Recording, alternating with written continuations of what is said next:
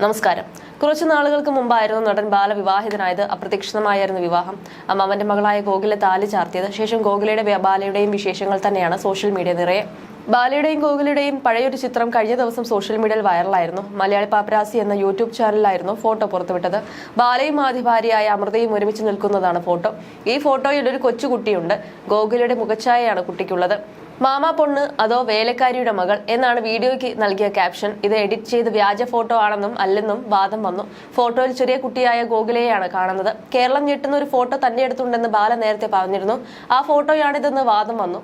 നടന് നേരെ സോഷ്യൽ മീഡിയയിൽ വ്യാപക ട്രോളുകൾ വന്നു. ഗോകുലയുമായി ബാലയ്ക്കുള്ള പ്രായ വ്യത്യാസം വളരെ കൂടുതലാണെന്ന് പലരും കമന്റ് ചെയ്തു. ഫോട്ടോ പുറത്തു വന്നതിന് പിന്നാലെ യൂട്യൂബ് ചാനലിനെതിരെ തുറന്നടിച്ചുകൊണ്ട് ബാല രംഗത്തെത്തി. ഫോട്ടോ പുറത്തുവിട്ടയാൾക്ക് മറുപടി നൽകുമെന്ന് ബാല ഭീഷണി മുഴക്കി. നിയമപരമായ വഴിയിലൂടെ താൻ നീങ്ങില്ലെന്നും രാഷ്ട്രീയക്കാരനായ ഗോകുലയുടെ അച്ഛൻ ഇത് കൈകാര്യം ചെയ്തോളുമെന്നുമാണ് ബാല പറഞ്ഞത്.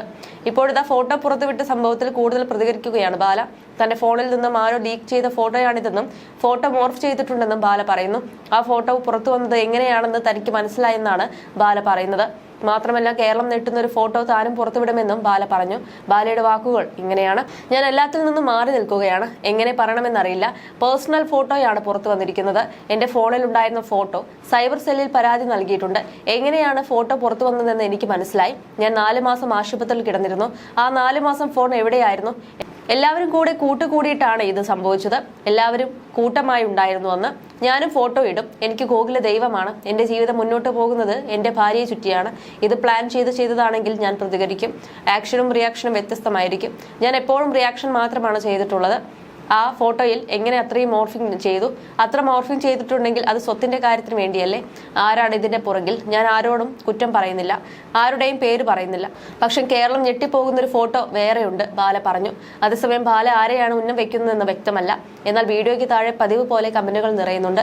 എലിസബത്ത് ആണോ അതോ ഗോകുലയാണോ ഫോട്ടോ പുറത്തുവിട്ടതെന്നാണ് പലരും ചോദിക്കുന്നത്. ചില കമന്റുകൾ ഇങ്ങനെ: ബാല, നീയല്ലേ പറഞ്ഞത് നീ ആശുപത്രിയിൽ കിടന്നപ്പോൾ നിന്നെ ഗോകുലയാണ് നോക്കിയതെന്ന്? അപ്പോൾ ഫോൺ ഗോകുലയുടെ കയ്യിലല്ലേ ഉണ്ടായിരുന്നത്? അപ്പോൾ ഗോകുല തന്നെയാണോ ഫോട്ടോ ലീക്ക് ചെയ്തത് എന്നാണ് ഒരാൾ പരിഹസിച്ചത്.